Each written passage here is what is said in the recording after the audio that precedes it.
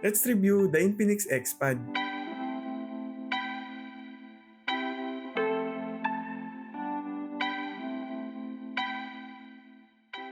It features Full HD+, 90Hz refresh rate, and IPS LCD panel, which means accurate yung color at kahit anong angle, consistent pa din yung quality na makikita mo.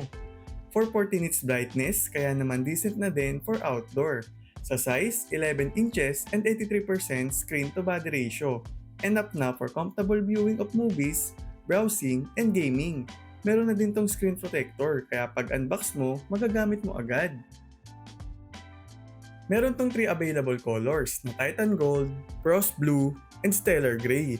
Napansin ko lang na white pala yung bezel ng Titan Gold, so kung ayaw mo ng white, meron naman silang ibang color na black yung bezel.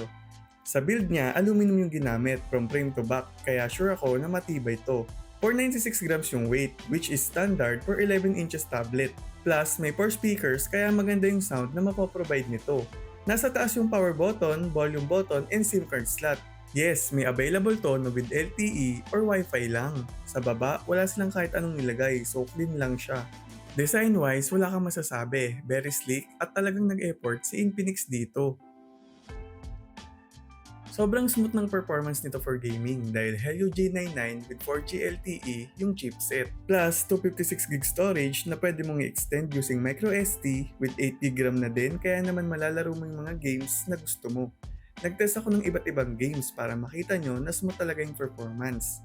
Tinest ko tong Genshin Impact na naka-medium settings at kita nyo naman na hindi nag-FPS drop.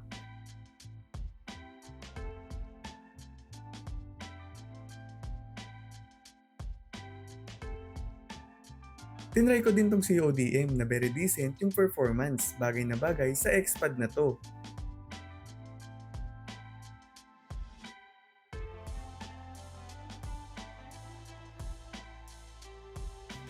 Sa Gangstar 4, okay na okay din yung performance niya. Na-enjoy ko to laruin dito.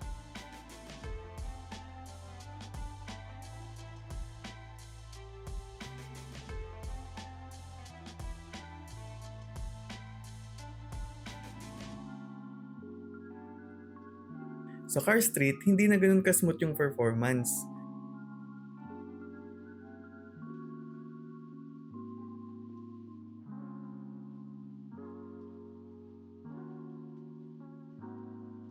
Since mataas na talaga yung specs requirements ni Car Street, kaya ganun talaga yung magiging result. Both 8MP yung main and selfie camera, so ito yung mga shots.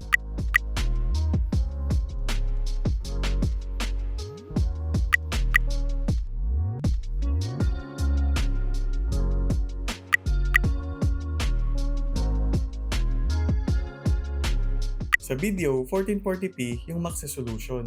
Again, 8MP lang siya, so hindi ganun kaganda yung quality.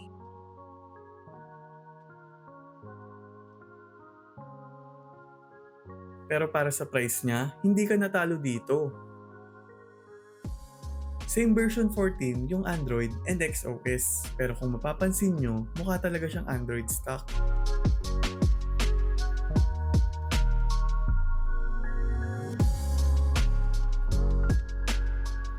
Unlike Infinix phone na kapag XOS 14, pwede mong i-customize yung UI and clock style. Ito kasi walang available na ganun and wala ding floating windows.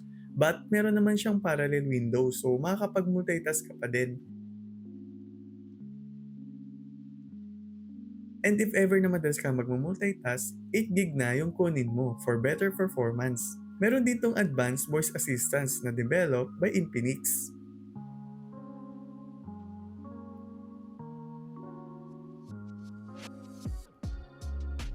Polax, open YouTube.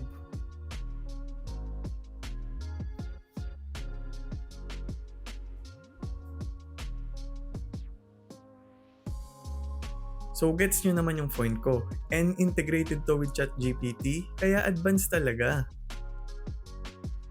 7,000 mAh yung battery, which is considered good na for daily use. With 18 watts charger na din, so for 40 minutes, meron kang 50%.